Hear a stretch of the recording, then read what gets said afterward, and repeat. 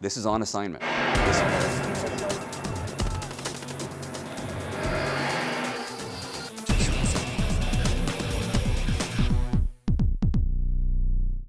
Hey everybody, welcome to the program. I'm Alex Villarreal, and he is back, my co-host Imran Siddiqui. So good to have you on the desk again. Thank you so much. Glad to be back. And we have a jam-packed show again this week, starting with a look at the potential for U.S. military action in Syria. Also in this episode, will the largest U.S. pork producer come under Chinese ownership? And later, a program bringing together ex-prisoners and abused animals. And we take another look at the life of a mixed martial arts fighter. All this and more coming up in the next half hour on Assignment.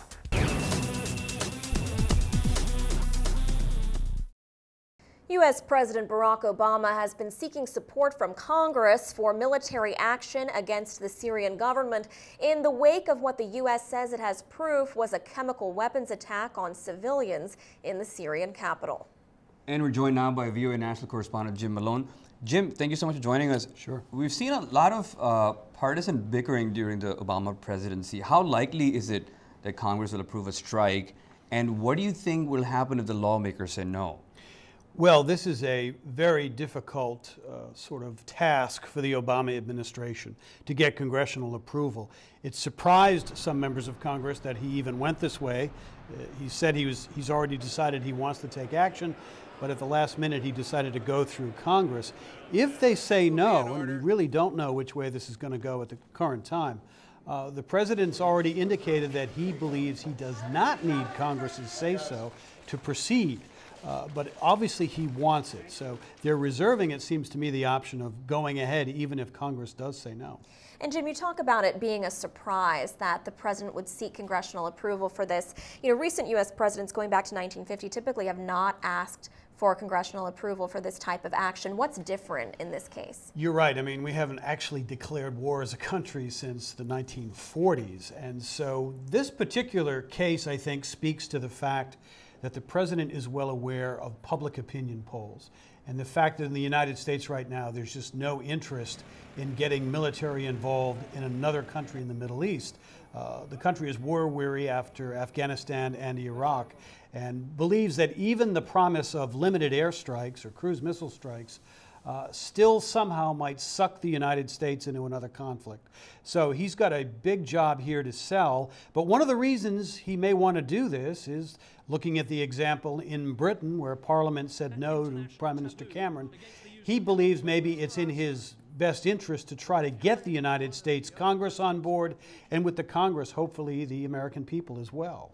But what is going on within the Congress? What's sort of the back and forth we're There's seeing? some fascinating cross currents right now for both parties. There are liberal Democrats who remember the Iraq war buildup. They were dismayed and felt betrayed when the so-called weapons of mass destruction never materialized, so they're skeptical of supporting the president on this. On the Republican side, an interesting development is sort of a non-interventionist libertarian wing of the party led by people like Rand Paul and Ted Cruz from Texas is developing. So there's a split in the Republican Party which traditionally is more open to military action. And all of this is happening without UN backing. What do you think the role of other countries are? Well, right now, a lot of the members of Congress, as they weigh this, are noticing that the UN seems to be shying away from a lead role on this. They don't want to take action. France seems to be interested in going ahead with the United States, but Britain has had to back off because of domestic political issues there, related, in fact, to the Iraq war. So right now, the president realizes it's kind of the U.S. going it alone, and he's got to make the case not only to the American people, but to the rest of the world. And some analysts even say that a limited military strike, like what we're talking about here, won't even be effective. What's sort of the White House line on that? Right, and we're seeing administration officials grilled on that very subject in hearings before Congress. What are you trying to do if it's limited in nature? They're promising no American boots on the ground because they want to get that congressional approval. But I think the administration's response is, what do we do when we believe chemical weapons have been used? Can the United States remain silent? Can we do nothing? They're trying to pose that question in response. VOA national correspondent Jim Malone, thank you so much for joining us. Thank you. All right, and coming up, VOA's Steve Baragona tells us how pork is produced in the U.S. and why China has such an interest in it. You're watching On Assignment.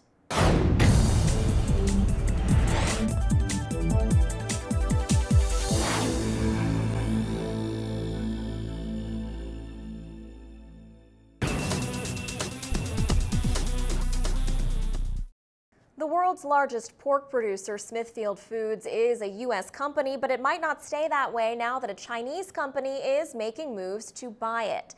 The sale, of course, is not approved yet, and U.S. lawmakers are still looking at what the takeover could mean for the U.S. food market. In this On Assignment's Rewind, VOA agriculture reporter Steve Baragona talks with our Doug Bernard about the concerns involved, as well as trends in the farming industry as a whole. Let's take a look. You've been on large-scale farms, you've been on very small-scale farms. What are the things that you notice that are different about these two operations? Well, you know, with a small farm, this is kind of what we think of as your quintessential farm. And the large farms are definitely, you know, it's more of an industrial kind of operation. You've got, you know, hundreds, thousands of animals inside a building. The building is, you know, to a certain extent climate controlled. The disposal of waste is controlled. It doesn't feel like what you think of as a farm. Now, what we think of as a farm, you know, there's a certain element of romanticism that we have to this kind of mythical past. Mm-hmm. Simple life, pastoral setting, gentleman farmer, that sort of thing. That's the idea. A growing number of people like Kevin Summers in Amosville, Virginia, are returning to small-scale farming. In order to feed the world, I think this is a better way. It's, you know, it's a cleaner way, it's a more humane way. More Americans today want to know where their food comes from, and they like the personal touch that Summers gives his hogs. I can see the entire process unfold before my eyes and know that they had a good life and were healthy and happy. So large-scale farms are efficient. They're more profitable. Why would people then want to go, say in pork production, why would they want to go back to a small-scale farm? Well, there's a lot of the things that people don't like about the large scale. When you have that many animals in a small space, they create a lot of pollution. You've got to deal with the waste somehow. And there's the use of antibiotics is a concern. There's actually a fairly strong animal rights movement in this country that sees some of the practices as inhumane. And, you know, as far as the small-scale farms, I think the people who go into that kind of farming feel a real passion for the food system, for the quality of the food. I mean, they rave about the flavor. Chefs rave about the flavor. You know, people who really know what pork should taste like always go for these, you know, kind of the kinds of pigs that are raised in small-scale farms because they eat a more complex diet. There's, you know, it really depends on what you're going for. In the end, it's not one or the other. It's just difference. Both are going to continue. Both offer certain advantages over the other. And I think if we have a growing population, we're looking at 9 billion people by 2050, and it's not just the number of mouths, it's the fact that those mouths want better food now. You've got, you know, more than 1 billion Chinese. The standard of living in China has increased tremendously. How are we going to provide this much meat if we're using nothing but small-scale farms? That's the big question. Well, speaking of meeting demand, China has recently said that they're interested in purchasing Smithfield, which is the largest U.S. pork producer. Why would they want to do that? Well, a few things. They are the world's largest pork consumers. I've seen estimates that China consumes half of the world's pork. So getting a company like Smithfield would be a real asset for them because Smithfield is the world's largest pork producer. So they have huge technologies of scale or economies of scale. So they can produce a large amount for inexpensively. And China would love to learn how to do that better. They are going from a backyard production model to a large-scale industrial model in order to meet this kind of need. So more meat, better technology, better systems. So will they acquire Smithfield? There was a hearing on Capitol Hill that looked at this and said There was a lot of skepticism from the senators at this hearing, a lot of skepticism. There are concerns that the Chinese will do as they have done very successfully in other industries. They will adopt this technology and export to our largest pork consumer, Japan, which is, of course, right next door to China. This is potentially a food security issue for the U.S. Would China buy Smithfield and then export all of Smithfield's pork to China, thereby raising the price of pork in the U.S.? There are folks who raise food safety concerns. Certainly been problems with food safety in China, and having a Chinese company in charge of a U.S. company raises concerns, although people say that, well, they'd still be subject to all the U.S. laws on food safety. It's something that raises concerns. VOA agriculture reporter Steve Baragona. Hong Kong-based Shengwei International has made a $4.7 billion offer to buy Smithfield Foods. But this story has taken a new twist. Right. Smithfield has scheduled a special shareholder meeting in late September to vote on the proposed takeover, but reports indicate other investors may be willing to pay more for Smithfield than Shengwei has offered. So the merger, which would be the biggest takeover of a U.S. company by a Chinese one, is far from a done deal. All right, we're taking a break now. Still to come, a win-win situation for ex-prisoners and abused dogs. You're watching On Assignment. Some cities across the United States have tried banning the ownership of certain dog breeds, most notably the pit bull. These efforts are controversial despite pit bull's reputation of being dangerous. But now the dogs and some former prison inmates are getting a boost from a program that puts people on parole and abused animals together. We are joined now by VOA's Rebecca Ward, who went on assignment to explore this program, which gives a chance at rehabilitation to both the people on parole and the animals. Rebecca, it's also, interestingly enough, a reality television show. Tell us how this all got started. Well, I'm a big supporter of dog causes. I have 2 rescues myself. So when I went to New Orleans, my friends said, oh, let's go to Villalobos Rescue Center, which is the subject of a reality show called Pit Bulls and Parolees on Animal Planet. And so I got to talk to the founder of the rescue center, Tia Torres, as well as a couple of the inmates, and I have to say that, former inmates, I should say. And I have to say they were great, and they were so caring with the dogs. It's such a great program. Now, in what kind of circumstances do they find these dogs? Well, they can be in any kind of circumstance. I guess the saddest circumstance is when they recover dogs from a dog fighting ring, which happens all across the United States and all across the world, I imagine. Of course, it is illegal. And some of the dogs that I saw had been used as bait dogs. So they're not really vicious. They just have had such terrible lives up to this point. What's the central goal of bringing together the parolees with the pit bulls? I think the goal is that they're just kind of a natural fit. They have been kind of caged. Caged. And actually, one of the guys that I talked to used that word. He understood exactly how the dogs felt, and it kind of brings out the best of both of them. It's fascinating. So let's take a look at your piece and we'll come right back. Great, thanks. Being in jail is like what they're in now, so I really feel my dogs being in cages all the time. You know, I've seen the most heartbreaking situations where it didn't seem like it was going to be a good outcome, and to watch an animal, I could get choked up right now, turn around. Being incarcerated, and it's like these guys are incarcerated, but I can kind of relate to these guys. I think that's why I'm so good with them. Earl Moffat is using his second chance to give abused animals a second chance. He's one of several parolees working with Villalobos Rescue Center, in a city known for its own rebirth from a devastating disaster. Hurricane Katrina nearly destroyed the neighborhood where Villalobos now resides. After nearly 2 decades in California, new local regulations prompted Villalobos founder Tia Maria Torres to find a new home in New Orleans. The city and the state, she says, has been more than welcoming. You talk about a state that is so into rehabilitation for their prison system. So refreshing. We have police officers that have come to us and said, you know, I arrested this guy last week. I really felt kind of bad because he probably is a good guy. You know, if he gets out of jail, could you maybe hire him? I mean, this is what we're going through here. But this is no ordinary pet rescue program. Not only does Villalobos save pit bulls with the help of former prison inmates, Tia and her team are the stars of a popular reality TV show on cable's Animal Planet. Coming up on Pit Bulls and Parolees. But this being a reality show, these dogs are really rescues, some being found in appalling condition.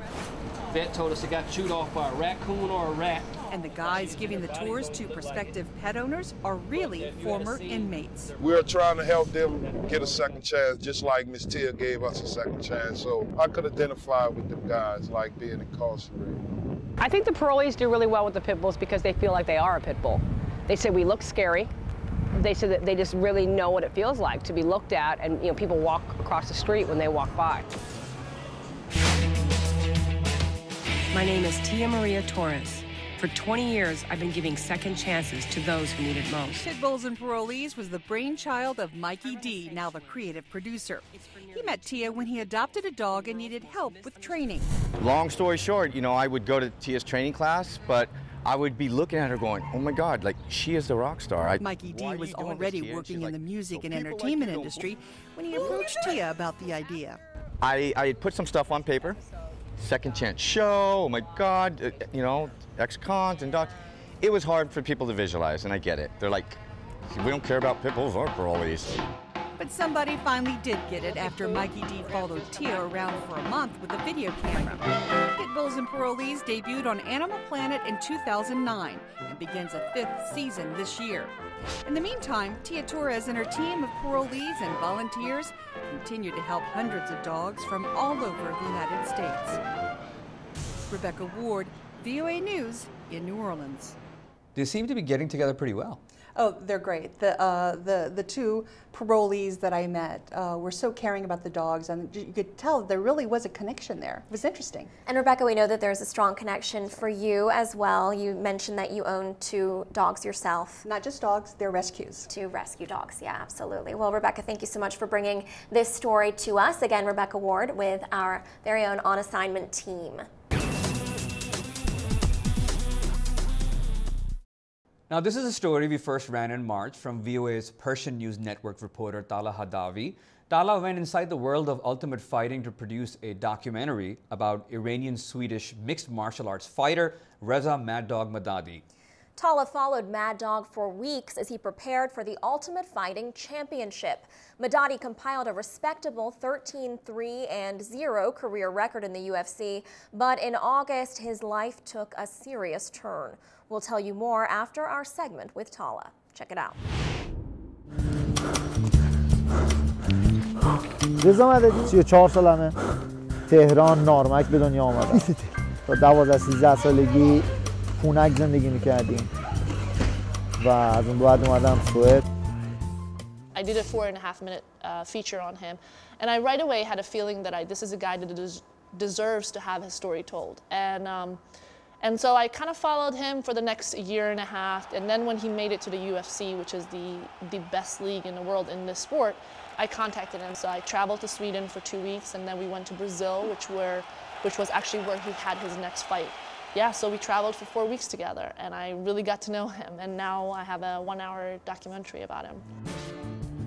11-12 سالم بود اومدیم تو فرودگاه سوئد یه بچه پناهنده با لباسای پاره پور اونجا نشسته بودم من روز انقدر خجالت کشیدم انقدر شرمنده بودم همجی اصلا دلم نمیخواست سرمو بالا کنم گفتم خدا میشه یه روز یعنی مثلا من هر وقت تو این کشور میام با مثلا با افتخار. So what's interesting is that this guy was an immigrant who moved to Sweden when he was 13 years old, and then he had a lot of crisis in his life. Tell us a little bit about that. Yeah, so Reza actually grew up without a father. His mother was 40 years older than him. He's the 9th kid in the family, and it was very hard for him to come as a 13-year-old child to Sweden and sort of adapt, because already he was, formed somewhat into the Persian culture, and with Sweden being so different, it was hard for him to adapt. And so, yeah, I think the sport of MMA really saved him, and he talks about that in the documentary. Tell us a little bit about how you were able to pull it off, because you shot, wrote, and directed this documentary, and it was 40 hours of footage, if I'm correct. Yes. And here we have, what is this? This is a stack of your This is a stack of your interviews. This is this transcription of the entire 40 hours. Okay. So this was the biggest project that I've ever done. And one of the things that I made a good decision now looking back was that every time I would come back at night after shooting all day, I would digitize it. And so I would really archive it really well, where I would put day one and then all the elements of that day. And you can see that actually here. And that really helped me in staying organized. So when I came back to the States to start sort of transcribing and start thinking about writing the story, I was very organized, and it was very easy for me to find everything. And yeah, I shot it all by myself. So, there are some audio problems. For instance, in Brazil, one morning, the first morning we got there, we were both jet lagged. So we got to the hotel in the morning, and I knocked on his door at 7 a.m. And his manager, which was staying with him, said, he's upstairs. So I ran upstairs to catch him this first morning, and I didn't have my audio equipment with me. So, those things happen when you're by yourself. But I shot, edited, and wrote it, and it was an incredible experience. You see him in the film, and then you see him in real life. Is he like an angry person in real life, or is he like calm and chill? No, actually not at all. He's not so calm. He's very, he has a big personality. But he's a complete different person when he gets into the cage. The cage, he is very aggressive. He has very good conditioning, so he's very strong, and he just attacks. He's fearless. And you see it in the footage in the documentary right before the fight is starting, and you see he's just in the zone, حتی بخوام پله بارا برم. پله ها. دلم نمیخواد اول بشه. چرا من دو تا پا دارم، اینم دو تا پا داره. چرا این اول از من بیاد بالای پله؟ I was in the locker room with him filming before the fight, and he's a complete different person. Did you get a chance to fight him? No. And I think I'm happy about that. Okay, I probably would be pretty beat up. But tell me something. How was the response from your audience for him and for yourself? Actually, it's been really interesting because immediately when we aired it on January 18th on PNN, immediately I got messages, hundreds of messages. I think I've personally gotten close to 300 messages of young Iranian men usually that just felt like they've been so inspired by the story. And I've been in touch with Reza, and he's told me that it's been a really incredible response to the film, but I was just at home in Sweden, and I met him, and he said, Tala, look, I've gotten probably more than 5,000 messages and private messages on my Facebook where people have said, thank you, changed my life. Some people said, they were drug addicts, they were involved with really wrong things, and now they're not going to do it because they feel so inspired by the story. So it's really a very rewarding sort of end to something that I've worked pretty hard on. Again, Tala Hadavi with VOA's Persian News Network. Now, to update you, since we first ran this story, Reza Madadi's life has taken a turn. He is now in jail after being found guilty in August of grand larceny. He and two accomplices were convicted of a smash-and-grab raid on a high-end handbag boutique in Sweden. Madadi was fined and sentenced to 18 months in prison and was released by the UFC, an unfortunate turn for the 35-year-old fighter.